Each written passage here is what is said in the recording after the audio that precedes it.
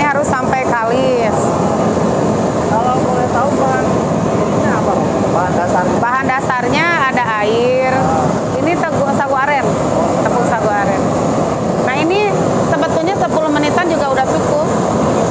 Tapi tunggu ini sampai kental. Oh, kalis ya? Kalis. Yang tadi dari proses pertama masuk ke sini. Di mixer digiling di sini sampai kalis, warnanya sampai rata. Berubah jadi warna kuning. Masih warna kuning tetapi lebih kalis dan bisa untuk ke langkah proses yang ketiga. Oh. Nah itu. Nah ini proses kedua di molen ya, bahasanya ini kan molen nih. Ininya fungsinya untuk memixer bahan. Kurang lebih waktunya berapa lama? 15 menit. 15 menit. Berarti di proses ini yang paling ngaruh tuh di sagu. Sagu. Sagu ini adalah pemeran utama kalau di Mileor ya. Faktornya ya. Faktor. Kalau sagu yang baik itu kelihatan dari apa? Satu, teksturnya agak kasar. Oh, Itu yang bagus. bukan lembut ya? Bukan lembut. Yang satu teksturnya agak kasar, kedua kering. Oh, nggak lembab. Warnanya bagus putih. Nah ini biar kalis dulu nih.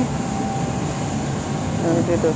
Warnanya bagus ya? Bagus, warnanya jadi bagus. Nah ini sagunya juga kan cantik tuh putih. Iya, ya. Gitu. PD Amanah ini memproduksi Mileor ya, Mileor ayam kate terbuat dari sagu aren. Sagu aren ini merupakan bahan baku utama dan kami mengambil di judul ya, mengambil perusahaan ini adalah makanan tradisional yang harus go internasional gitu ya. Dan Mileor ayam kate ini adalah usaha yang utama dan kami mempunyai sub usaha yaitu Kedai Leor Sukabumi.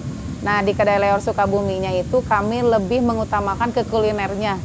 Nah kalau Mileor ayam kate ini adalah bahan mentahnya yang kita produksi di sini di PD Amanah dan kami punya sub usaha Kedai Leor Sukabumi di 3 tempat. Ada di Jalur di Monami Food Court, ada juga di Tosorba Jogja di Food Life-nya di lantai 3 dan ada di Labdek Titik Juara gitu ya di depan Gedung Juang.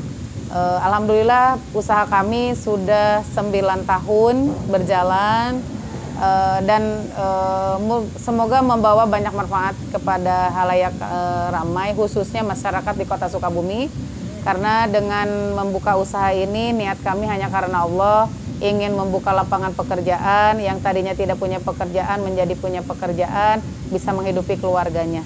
Perjalanannya yang totalitas oleh kita itu 9 tahun. Asalnya memang dirintis sama orang lain. Nah, perjalanan itu karena tidak berkembang, menggunakan alat-alat yang sangat tradisional sekali, bahkan molennya pun tidak seperti hari ini yang kita punya. Jadi sangat tradisional. Dan semua yang kita gunakan bahannya organik, airnya pun air Sumur yang bersih. memang higienis, itu dan produk-produk lainnya tidak menggunakan bahan kimia sehingga Bahan yang berbahaya untuk kesehatan. Nah, sehingga akhirnya produk ini memang karena tidak menggunakan bahan pengawet ini pun akan sangat mempengaruhi. Jadi biasanya 3 hari itu kekuatannya, terkecuali memang dimasukkan ke kulkas atau pendingin. Nah itu bisa bulanan istilahnya. Kita juga akan mudah-mudahan kalau memang produk ini sudah bisa kita dorong ke masyarakat yang hari ini di high class, kita akan masuk ke supermarket. Untuk harganya sendiri per kilo atau bagaimana? Harganya kita per kilo. Per kilonya kalau di pabrik untuk yang lebih dari 1 ton itu 3.500 sekilo. Untuk yang datang ke pabrik sekilo 2 kilo itu 4.000. Pas waktu awal pertama kali meneruskan ada kesulitan nggak? Kalau dari awal kita menyangkanya aman-aman saja. Karena ini kalau udah dirintis sama yang terdahulu, pengusaha terdahulu, Kita hanya meneruskan, kami kira itu mudah. Tapi ternyata di tengah perjalanan ujiannya berbeda. Jadi kami itu belajar banyak dari perusahaan Mileor ini, meneruskan pun banyak tantangan. Satu, dari segi bahan baku, ternyata berpengaruh dari musim hujan, cuaca itu sangat berpengaruh. Yang kedua, kita harus benar-benar controlling di perusahaan. Di tengah perjalanan, Allah itu memberikan pelajaran yang luar biasa. Kita pernah rugi di tahun 2017, Bapak ya? Pernah rugi itu hampir ratusan juta. Ya itu, tetapi disitulah kami bersyukur Allah menguji kami, karena dengan itu kita menyadari bahwa sangat menyadari dan sangat bersyukur Allah menguji itu. Karena dengan ujian Allah tersebut menjadikan kami manusia yang lebih baik lagi, ibadah kami kita perbaiki lagi. Ternyata inti dari usaha itu sebetulnya bukan kitanya, bukan usaha kitanya, bukan karena kita yang hebat, bukan kita yang bekerja keras. Padahal inti dari semuanya ini semata-mata kasih sayang Allah. Jadi walaupun kita mau bekerja keras, mau bagaimana, tapi kasih sayang Allah itu nggak datang, itu nggak akan berkah. Tapi walaupun kita bekerja hanya sebisa kita, tapi Allah meridhoi dan Allah memberikan rahmatnya, insya Allah kita akan sukses. Apalagi kitanya rajin beribadahnya, rajin bekerjanya, rajin berdoanya, dan yakin kita akan sukses, pasti sukses. Apa yang membuat bisa bertahan dan terus bisa semangat kembali? Yang menyemangati kami itu sebetulnya adalah kebahagiaan orang lain. Pada saat kita melihat orang lain tertawa, bisa makan, itu kebahagiaan buat kami. Maka itu yang menjadi kuncinya. Pada saat Sodako, kita membesarkan sodako, melihat perut orang lain ini tidak kering, gitu, maka ini kebahagiaan sesungguhnya. Jadi kuncinya, kesulitan apapun adalah sebuah tantangan yang tadi Ibu katakan. Kami berorientasi pada ayat Bismillahirrahmanirrahim, inna ma'al yusri yusron fa inna ma'al yusri yusron. Di balik kesulitan, Tuhan akan memberikan kemudahan. Pada saat kita berkehendak untuk bersyukur dan ingin membarokahkan rezeki itu supaya bisa kerja bersama-sama kita kerja, dan semua konteksnya adalah untuk ibadah.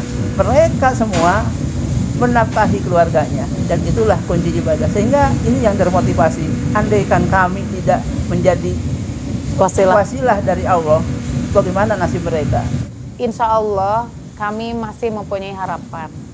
Dengan keterpurukan, dengan titipan dari Allah yang sebelumnya, dan sampai kami sekarang menjalani usaha masih terus bisa mempertahankan ini, ternyata banyak ilmu yang kita dapat, akhirnya punya harapan ke depan.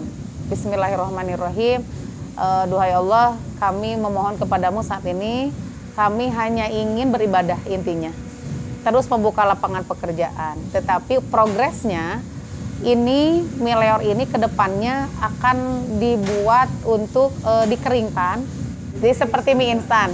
Nah kalau kita di rencananya, kemarin udah nyoba kan, kita mie kocoknya udah ada bumbunya. Nah rencana ke depan, mie-nya dikeringkan, bumbunya dikeringkan, insya Allah kita dikemas. Nah nanti bagaimana orang-orang yang membeli itu hanya 5 menit udah jadi gitu.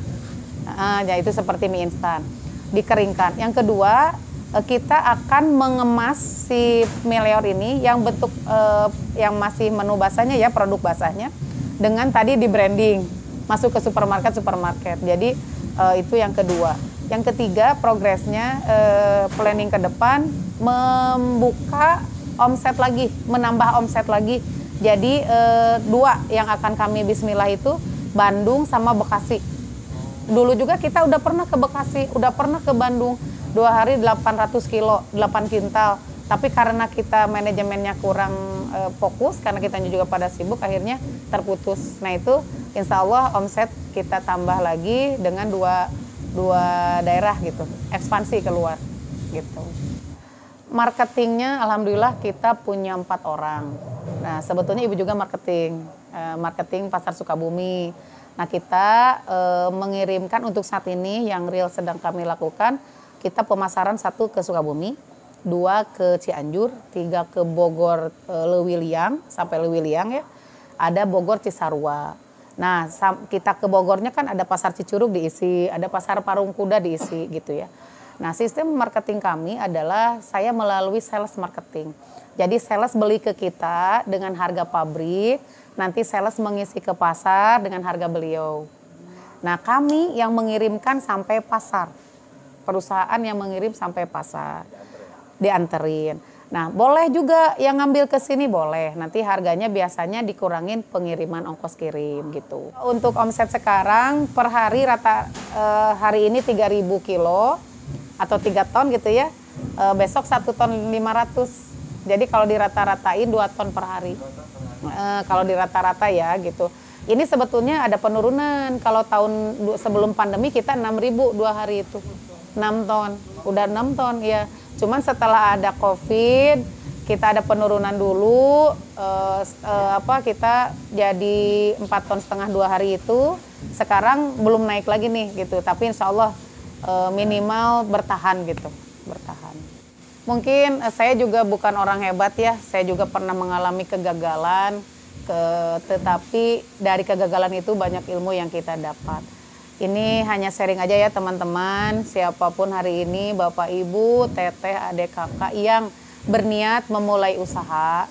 Karena betul banget kalau usaha itu kan kita menjadi owner di usaha kita, mau itu mau besar mau kecil, kita yang menjadi nakodanya. Kita yang menjadi pemimpinnya, sehingga mau dibawa kemana kita yang akan menentukan. Tetapi yang pertama harus kita lakukan, yang pertama usaha kita niatkan hanya untuk Allah. Kesalahan kami dulu tidak begitu, karena terlalu dunia atau misalkan keilmuan kita masih kurang. Nah, yang pertama yang harus kita lakukan, niatkan usaha kita itu hanya untuk Allah. Yang kedua, target pasar kita itu siapa? Yang ketiga, harus berani melangkah. Berani dulu. Tetapi keberanian kita tetap harus minta sama Allah. Tetap minta tolong sama Allah. Tujuan ibu usaha dengan bapak, insya Allah bukan untuk memperkaya diri sendiri. Karena kalau kita suatu saat Allah memanggil, tidak akan ada yang kita bawa. Harta itu tidak ada satupun yang kita bawa. Tetapi tujuan kami insya Allah dengan Allah menitipkan hartanya, rizkinya kepada kami untuk saat ini, insya Allah kami akan menggunakan di jalan Allah. Kita sedekahkan, kita dipakai usaha dengan baik, kita bantu yayasan, semoga rezeki yang tadinya tidak bisa dibawa meninggal ya, bisa kita bawa karena udah dititipkan di sedekah kan begitu. Insya Allah niat kami usaha ini adalah ingin lebih bermanfaat bagi orang lain. Karena dari hadis Rasulullah juga kan, khairun nas anfa'uhum linnas. Seorang manusia yang hebat itu, yang bagus itu adalah yang bermanfaat untuk sesamanya. Semoga dengan perusahaan yang Allah titipkan kepada kami saat ini membawa manfaat bagi banyak orang, membawa keberkahan bagi banyak orang, dan menjadi wasilah amal ibadah kami, amal soleh dan solihah kita. Dan intinya mardotillah, mengharap ridho Allah. Apa yang kita kerjakan, mau itu pekerjaan atau apapun, hanya ingin mengharap ridho Allah. Kalau Allah udah ridho, apapun akan dikasih sama Allah. Rasa syukur kita yang pertama kepada Allah Subhanahu wa Ta'ala, karena dengan rahmatnya, pertolongannya, kasih sayangnya, Allah Subhanahu wa Ta'ala masih mempercayakan titipan perusahaannya kepada kami. Rasa syukur yang kedua, kami haturkan terima kasih yang sangat luar biasa kepada orang tua kami, baik yang masih ada dan juga yang sudah tidak ada. Alhamdulillah kami bisa sampai hari ini, itu adalah doa beliau gitu. Yang ketiga, kepada anak-anak kami ya, alhamdulillah kita mempunyai anak yang alhamdulillah soleh solihah, selalu mensupport kita, ngerti kondisi kita, tidak pernah neko-neko, selalu mensupport dalam kondisi apapun gitu. Yang keempat, kami banyak mengaturkan terima kasih kepada investor kami, dan yang sangat luar biasa tidak akan kami lupakan. Rasa terima kasih kami adalah kepada karyawan kami, kepada sales marketing kami, driver, teknisi, pokoknya semua yang ada di sini mereka adalah orang-orang yang tanpa mereka kami nggak ada.